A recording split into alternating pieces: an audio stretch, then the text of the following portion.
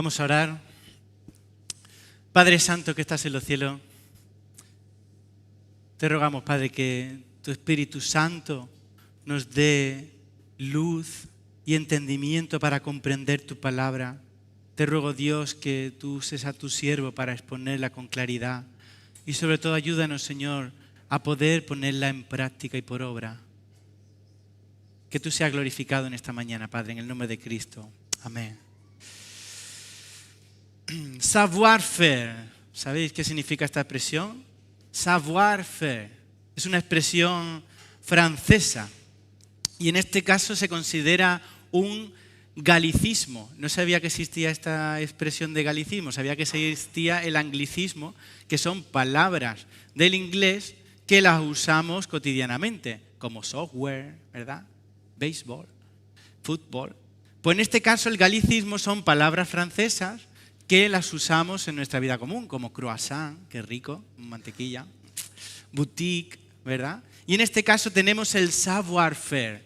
Savoir-faire es una expresión que literalmente significa, si lo tradujéramos literalmente, significa saber hacer. Saber hacer. Savoir, saber, faire, del verbo hacer. Pero, sin embargo, tiene un sentido más especializado. Es saber hacer las cosas bien. Tener la habilidad de hacerlas de modo que salgan siempre bien y saber bandearse en todas las circunstancias posibles sin perder nunca la dignidad y la elegancia, según la Wikipedia. Esa persona realmente sería esa persona que tiene la habilidad de cocinar todas sus comidas con gusto y sabor, ¿verdad? Voy a casa de Franci que hace un arroz riquísimo, ¿verdad? Le pone siempre el puntillo savoir-faire del arroz, qué rico. O aquella persona que tiene la facilidad de coger ciertas maderas y monta un mueble o coge unos ladrillos y monta un muro, y todo esto sin ser profesional, simplemente es porque se le da bien, ¿verdad? Es aquella persona que haga lo que haga, prácticamente todo lo hace bien y se le da bien. Savoir-faire, ¿eh? Ya os podía ir a casa con una nueva palabra, savoir-faire. Muy bien. Y por otro lado, ¿sabéis lo que significa protocolo? Estoy convencido de que muchos han escuchado esta palabra de años atrás. Protocolo COVID, ¿eh?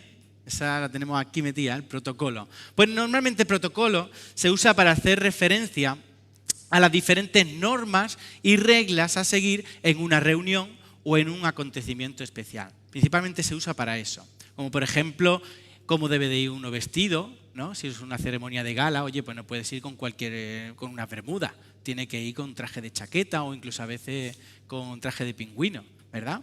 O ser puntual, oye, que va a venir una conferencia, que viene el rey y viene a las 10, tú no vayas a venir a las 10:05 y está aquí el rey hablando y tú entrando por la puerta. Hombre, por favor, un protocolo, ¿vale? Y bueno, también ser respetuoso, el no interrumpir. Y realmente el protocolo social podríamos considerarlo que es lo que garantiza que se respeten las normas de convivencia. Y por eso muchos de nosotros, padres de nosotros, creo que todos los que sois padres, pues enseñamos desde la infancia a nuestros niños estas cositas, ¿verdad? Como que tienen que ir tomando conciencia de estas ciertas normas, ¿no? De que no se deben de interrumpir a los mayores si están hablando, ¿verdad? Niños, siéntate bien, coge la cuchara bien, ¿verdad? Le damos una serie de reglas, una serie de protocolos, ¿verdad? Pues es cierto que en ocasiones, pues estas normas del protocolo en general, pues hay personas o nosotros mismos, pues nos las saltamos a la torera y hacemos lo que nos da la gana, ¿verdad? Aunque haya un protocolo a seguir. Pues si unimos ambas expresiones, savoir-faire, qué bonito, y protocolo, tenemos una suma de tener la habilidad de seguir las normas y pasos a seguir en cada situación en la que estemos. Así que hoy vamos a ver la manera correcta en la que poner nuestra fe, el protocolo a seguir, y aquellos que siguen estos pasos correctamente podríamos decir que tienen el savoir-faire de la fe. Muy bien, si queréis acompañarme, vamos a abrir nuestras Biblias por el Evangelio de nuestro Señor Jesucristo según San Juan.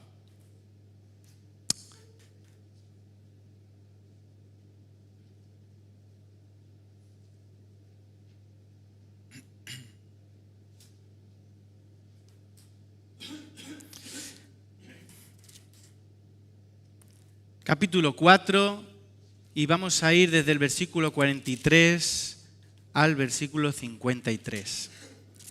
Como todos sabéis, y si no, pues ahora lo vais a saber, el Evangelio de Juan se considera sobre todas las cosas el Evangelio de la fe. Tal evangelio ha sido escrito con un propósito, y este lo encontramos en el capítulo 20, versículo 31, que dice: para que crean que Jesús es el Cristo, el Hijo de Dios, y para que creyendo tengan vida en su nombre. Este es el principal objetivo de este evangelio, que las personas, al poder leerlo, puedan conocer a Cristo como el Hijo de Dios y como Salvador del mundo, y que por medio de la fe en Él, el ser humano pueda obtener la vida eterna. Como curiosidad, el verbo creer en este evangelio aparece más de 100 veces. Yo no los he contado, ¿vale? Es lo que dice uno de los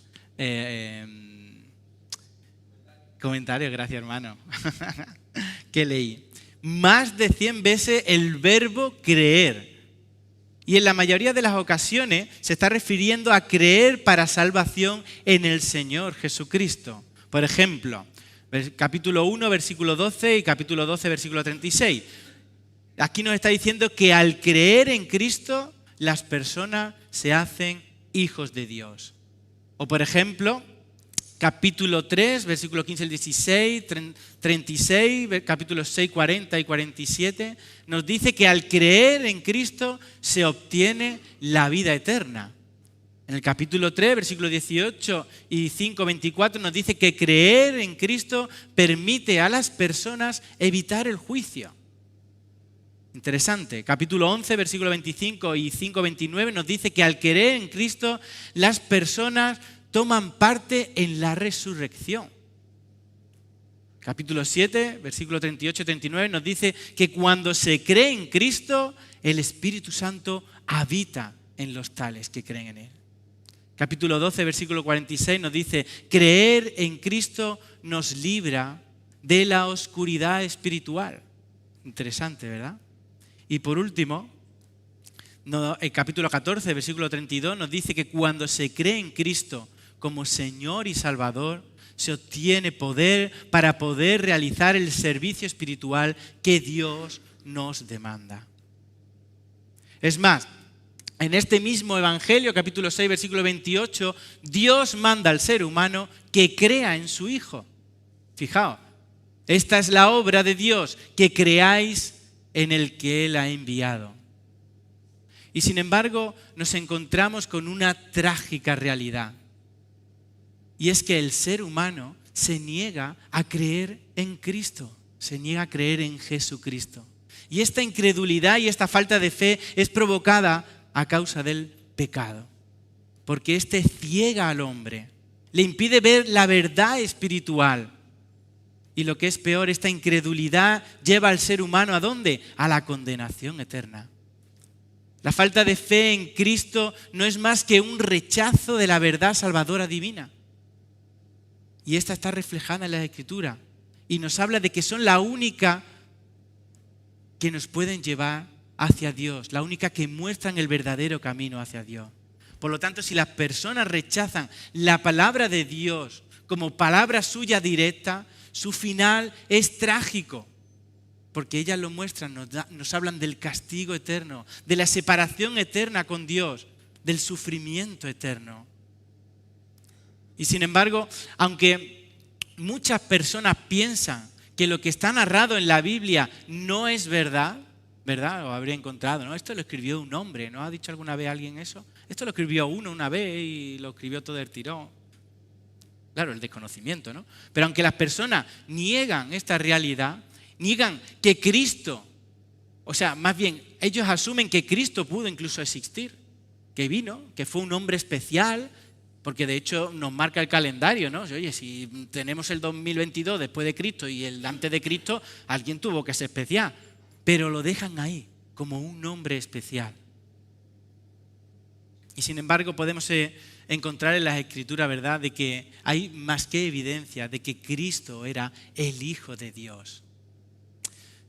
La Biblia nos muestra en toda su plenitud en todo su contenido que Jesús no solamente fue un hombre más, un hombre especial, sino que Jesús era el mismo Dios hecho hombre, el Hijo de Dios hecho hombre.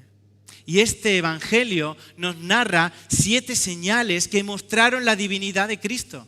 7 señales. Y con estas 7 señales Jesús no solo mostró a los judíos de aquella época que Él era el Hijo de Dios, el que así había sido enviado para salvar al mundo, cambiando circunstancias adversas humanas y materiales por realidades divinas, sino que también pudo demostrar su poder sobre toda circunstancia humana. Estas señales nos hablan de las realidades espirituales que Cristo puede hacer en el hombre, no solamente físicas y materiales, sino también espirituales.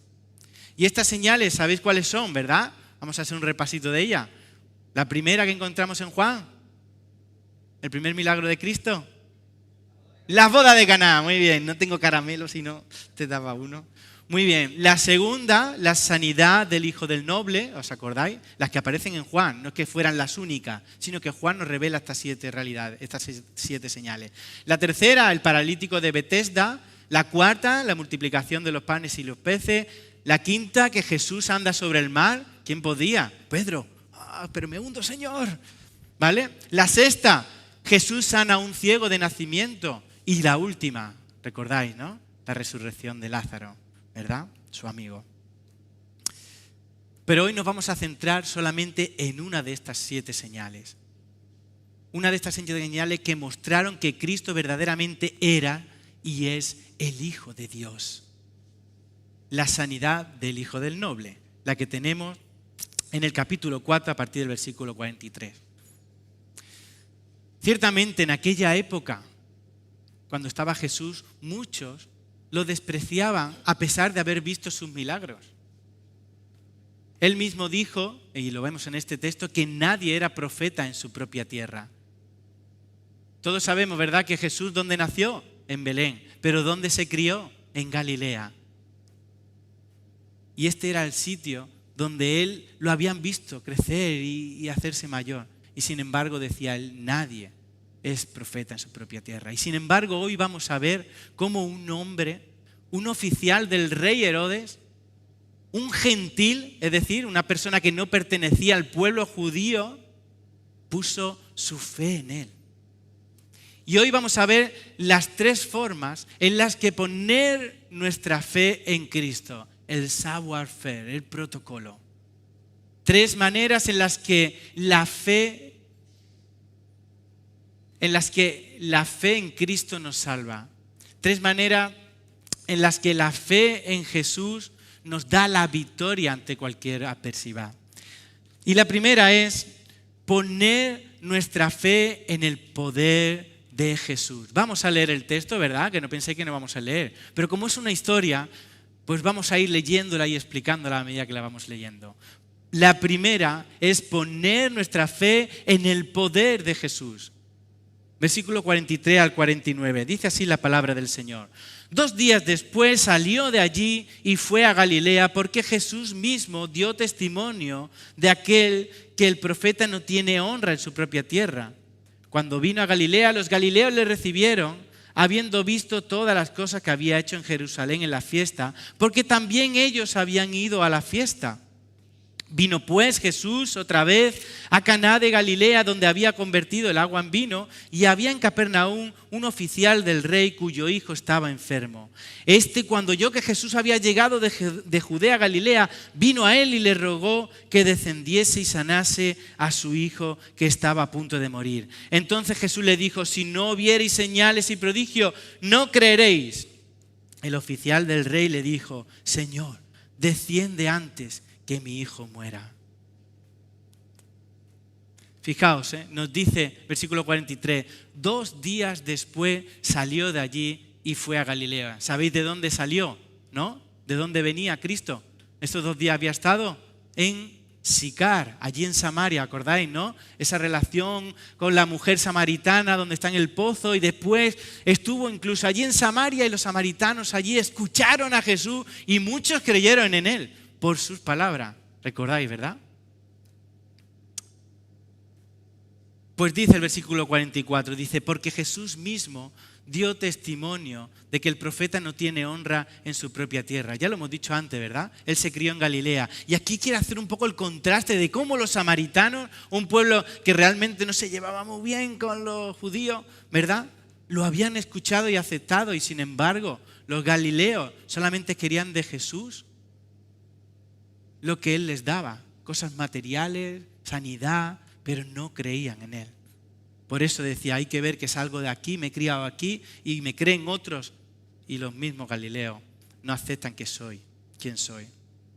Pues dice, versículo 45, cuando vino a Galilea, ¿vale?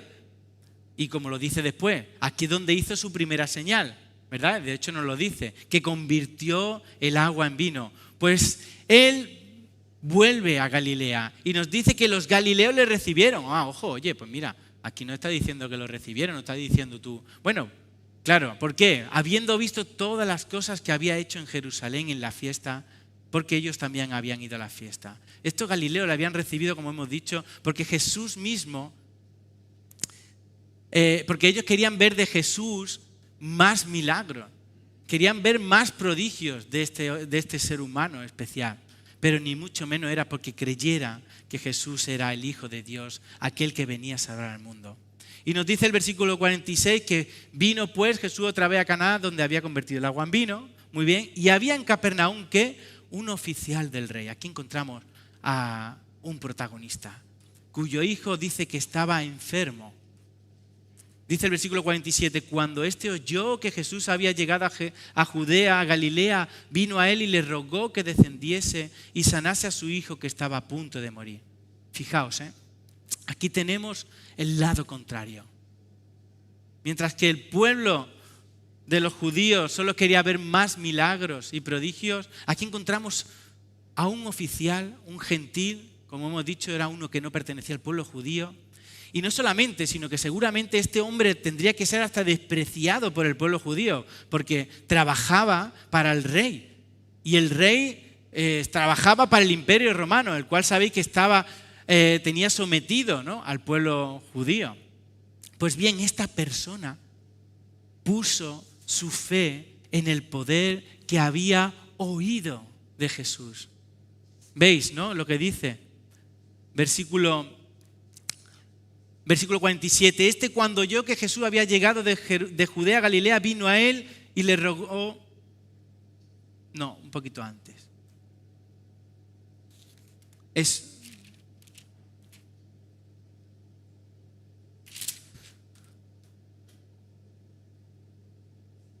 Exacto, ese es. Cuando oyó que Jesús había llegado de Judea a Galilea, vino a él y le rogó que descendiese y sanase a su hijo que estaba a punto de morir.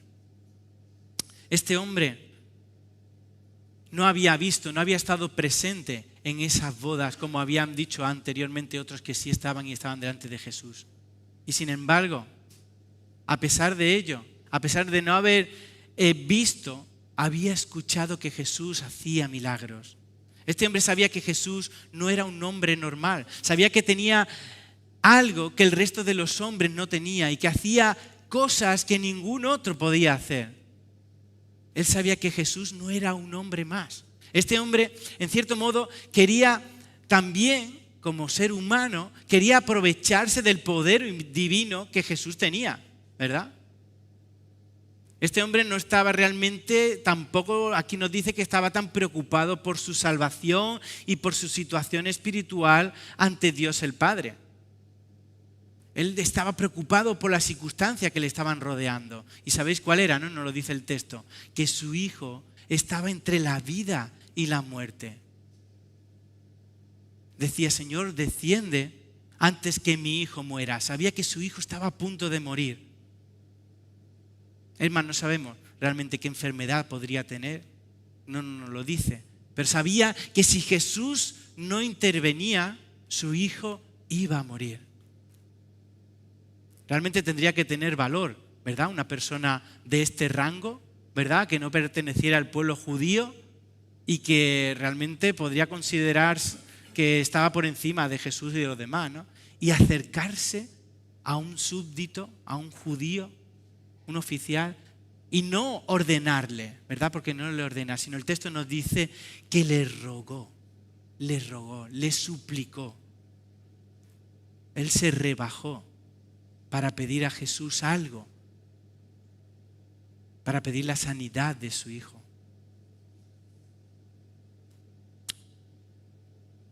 Realmente él creía que Jesús podía sanar a su hijo. Él estaba súper convencido. Él creía que Jesús realmente tenía poder para sanarlo de la enfermedad que su hijo tenía, para librarlo de la muerte. Pero sin embargo vemos la respuesta de Jesús en el versículo 48. ¿Qué le dice? Entonces Jesús le dijo: si no viereis señales y prodigios, no creeréis. Vaya, Jesús aquí deja claro, porque allí no estaba solamente este hombre, sino también estaba más rodeado de más personas. Y aquí no solamente deja claro a los galileos que estaban rodeándole, sino también a este hombre, que la fe para salvación no se debe de fundamentar en los milagros y prodigios que ellos pudieran ver. Jesús nos manda que debemos de buscarle mediante su palabra. ¿Sabéis lo que dice Romanos 10:17, verdad? Que la fe es por el oír y el oír por la palabra de Dios. La fe realmente que salva no viene por los milagros que Jesús hace, sino por creer lo que Dios hace por medio de su palabra. Y tristemente esto ocurre hoy día, ¿verdad? La gente quiere ver milagros. No, si baja Dios y hace un milagro, yo creo en Él, ¿verdad? Estamos en la misma circunstancia. Sin embargo, la palabra nos dice que esto no es así. Y de hecho nos da prueba, porque Cristo hizo muchos milagros y no todos los que vieron sus milagros se convirtieron, ¿verdad? No todos los que vieron sus milagros creyeron en Él. La única manera de poder creer, de tener salvación, es por medio de la obra de Cristo, de creer en la palabra de Dios. Sin embargo, fijaos, a pesar de esta respuesta tan dura que le da Cristo a este hombre, fijaos lo que dice el versículo 49. El oficial del rey, viendo que Jesús no hacía nada por acceder a su petición de ir con él, insistía y le dijo: Señor, desciende antes que mi hijo muera. Su hijo estaba ya a punto de morir y Cristo encima le estaba dando largas. Este hombre ya estaba desesperado y le rogó una vez más: por favor, ven conmigo para curar a mi hijo. Esto nos lleva a una conclusión, ¿verdad? Y es que Jesús es el único que tiene poder para salvar al pecador. Es el único. Cristo es el único que tiene poder para salvar al pecador, para sanarlo. Cristo es el único que tiene poder para cambiar esa enfermedad espiritual que abarca a todo hombre y transformarlo en sanidad espiritual, en santidad. Por eso, en primer lugar, no debemos de dejar de seguir predicando el evangelio de salvación, para que Dios siga haciendo su obra, para que por medio de la fe en Jesús todavía los muchos puedan ser salvos. Y por otro lado, hermano, debemos de creer que Cristo tiene poder como Hijo de Dios que es, para ayudarnos en cualquier situación en la que tú afrontes. Debes de confiar en Él. Debes de llegar a ese punto como este hombre, de rogarle, de humillarte ante Él, mostrando verdaderamente nuestra fe en el Hijo de Dios. Pero este hombre no solo creía en el poder de Jesús, ¿verdad? Sino, esto nos lleva al segundo punto, en poner nuestra fe en las palabras de Jesús. Creer en las palabras de Jesús. Fijaos lo que dice el versículo 50-51. Dice: Jesús le dijo: ve, tu hijo vive. Y el hombre creyó la palabra que Jesús le dijo y se fue. Cuando ya él descendía, sus siervos salieron a recibirle y le dieron nuevas diciendo: tu hijo vive. Entonces él le preguntó: ¿a qué hora había comenzado a estar mejor? Y le dijeron: ayer a las 7 le dejó la fiebre. Fijaos, Jesús le dice, ve, tu hijo vive. Jesús realiza el milagro a distancia. Él cambió la enfermedad en sanidad. Y recordad que este hombre le estaba rogando que Cristo fuera con él, ¿verdad? Ven conmigo, desciende conmigo. Que fuera hasta su propia casa para que pudiera sanar a su hijo. Este hombre pensaba que era necesario que Jesús estuviera delante y que dijera las palabras necesarias para sanar a su hijo, ¿verdad? Y sin embargo, Jesús hace el milagro a distancia. Habría más o menos unos 20 kilómetros, dice, donde estaba este hombre, o donde vivía hasta donde estaba con Jesús. 20 kilómetros. En aquella época no había internet, ¿verdad? No había ni siquiera wifi, ni había tampoco un móvil para hacer una videollamada y decir, pon a mi hijo, que Jesús va a decir las palabras. No, ¿verdad? Porque realmente esto no era necesario. Jesús verdaderamente es el Hijo de Dios. Podía hacer cualquier cosa. Tenía potestad sobre todo. Y Él tenía incluso potestad para poder sanar por medio de sus pensamientos, porque realmente le dijo, ve, tu hijo vive. Sin haber dicho nada, había sanado a su hijo. Cristo tiene poder ilimitado, ¿verdad?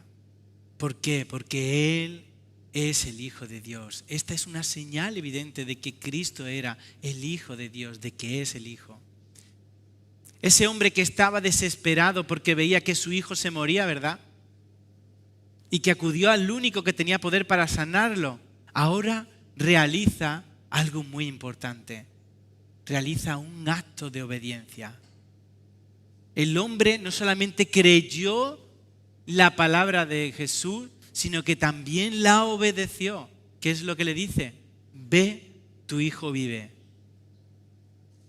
Aquel hombre, un gentil que no pertenecía, como hemos dicho, al pueblo judío, un oficial del rey Herodes, despreciado por el pueblo judío, creyó que Jesús, lo que Jesús dijo, ve, tu hijo vive. Y aquí vemos un verdadero ejemplo de lo que es la fe en Cristo.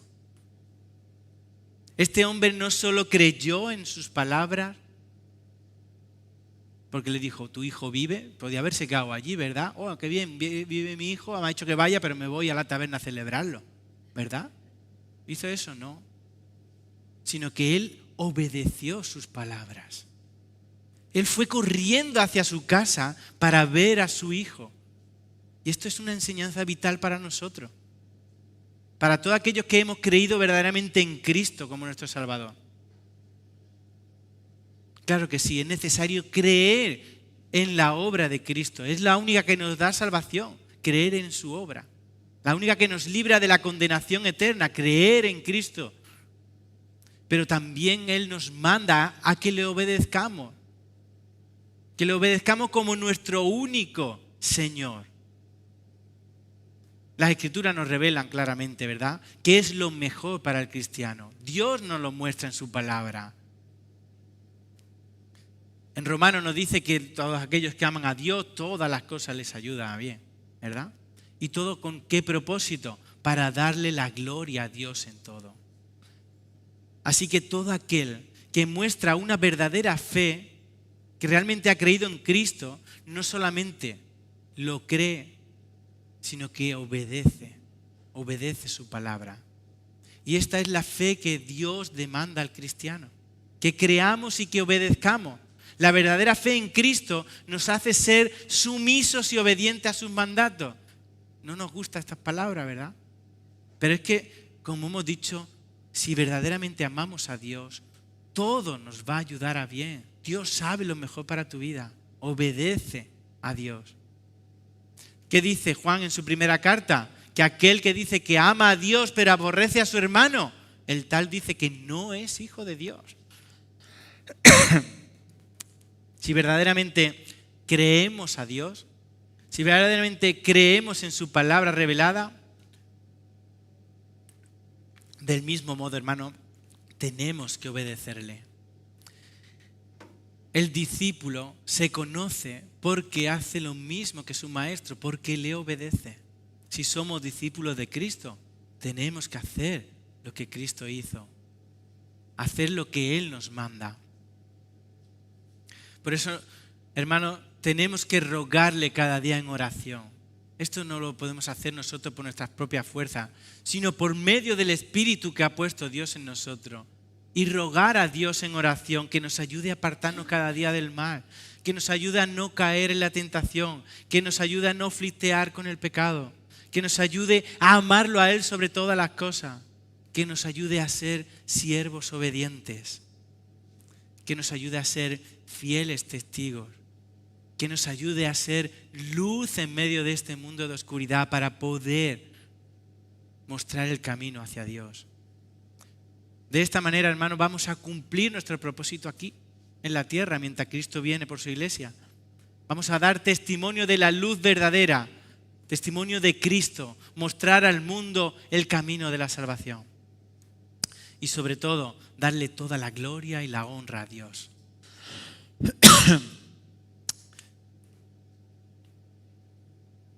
Y vemos el resultado de la fe de este hombre en las palabras de Jesús, que sigue diciendo el texto, versículo 51. Cuando ya él descendía, sus siervos salieron a recibirle y le dieron nuevas diciendo, tu hijo vive. Fijaos, el milagro aquí se produjo. Bueno, aquí no se produjo, el milagro se produjo antes. Aquel hombre creyó en las palabras de Jesús sin ni siquiera ver la señal de sanidad en su hijo. Así que, hermano, cree la palabra de Dios. Cree lo que Dios dice en su palabra, porque en ella dice que encontramos vida y vida en abundancia. Y por último, este hombre creyó en el poder de Jesús, creyó en sus palabras y tuvo una fe de forma personal en la persona de Jesús. El tercer punto, diríamos, de este protocolo a seguir es poner nuestra fe en la persona de Jesús. Poner nuestra fe, creer de forma personal. Fijaos, versículo 52 al final. Entonces él le preguntó a qué hora había comenzado a estar mejor. Y le dijeron, a las 7 le dejó la fiebre. ¿Y qué dice el versículo 53? El padre entonces entendió que aquella era la hora en que Jesús le había dicho, tu hijo vive.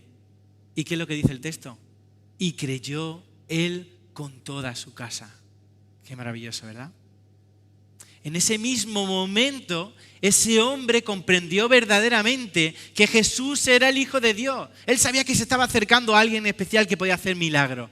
Pero cuando vio y le dijeron, y vio el milagro de la sanidad de su hijo, en ese mismo momento fue cuando comprendió que Jesús era el Hijo de Dios. Es en ese mismo momento cuando él creyó de forma personal en que Cristo era el Hijo de Dios. Pero es que el texto nos dice que no solamente él, sino ¿quién más? Toda su casa. Y esta es la manera en la que debemos de creer todos y cada uno de nosotros, de manera personal e individual. Nadie se salva por la fe de otro, nadie. Nadie va a obtener la salvación porque su padre haya creído en Cristo, porque su hijo o su abuelo. Esto es un acto personal e individual de cada uno. Y dice el versículo 54, esta segunda señal hizo Jesús cuando fue de Judea a Galilea. Hermanos, el único que podía transformar la enfermedad en sanidad era Cristo. Y hoy en día esto sigue siendo igual. El hombre tiene una enfermedad que lo mata, que es el pecado. De hecho, ya está muerto por el pecado. El pecado, dice su palabra, que provoca la muerte, la separación eterna con Dios. Y el único que tiene poder para poder sanar de esta enfermedad es Cristo. Cristo, el Hijo de Dios hecho hombre, que vino a salvar al mundo del pecado, a dar la sanidad espiritual y vida al pecador. Y ahora tienes que tomar tú una gran decisión personal. Este hombre la tomó, ¿verdad? Creyó que Jesús era el Hijo de Dios. Él creyó de forma personal. Pero ¿y tú? ¿Crees que Jesús es el Hijo de Dios que vino a salvar tu pecado? Pues si aún no has creído en Cristo como tu único Salvador y Señor, como el único que puede librarte del castigo y del pecado, hay una buena noticia, porque hoy es día de salvación. Claro que sí. Hoy es día de que tomes la decisión personal de pedirle perdón a Dios por tus pecados y que sea Él tu Salvador y Señor. Pero si tú, por lo que estás aquí, has creído ya en Cristo como tu único Señor y Salvador, recuerda que no solamente tienes que creer, sino tienes que hacer como este hombre, obedecer. Obedece la palabra del Señor. Ora a Dios para que te ayude a obedecer su palabra. Que a Él sea la gloria. Vamos a orar. Padre Santo, gracias te damos, Dios, porque tú enviaste a Jesús a este mundo para salvar al pecador, y un pecador soy yo, Dios. Gracias, Dios, por la salvación en Cristo. Vemos en tu palabra, Señor, innumerables señales que hizo Jesús aquí en este mundo para demostrar que Él era tu Hijo, que Él no era un hombre cualquiera, pero la señal más grande fue que tras morir al tercer día, resucitó con poder y venció a la muerte. Esta obra, Padre, nos da esperanza y te damos las gracias, Dios, por esa esperanza, porque sabemos que un día todo sufrimiento aquí en este mundo acabará. Toda preocupación, toda inquietud, toda duda, y un día estaremos en tu presencia. Mientras tanto, Señor, oh Dios, te rogamos que nos ayudes a hacer tu obra, a ser siervos obedientes, siervos deseosos de hacer tu voluntad mostrada en tu palabra. Ayúdanos, Dios, porque necesitamos de tu poder para poder hacer esto. Guíanos tú y sobre todo que todos nuestros actos, nuestra vida puedan glorificar tu nombre. Que a ti sea la gloria en todo, en el nombre de Cristo. Amén, Padre.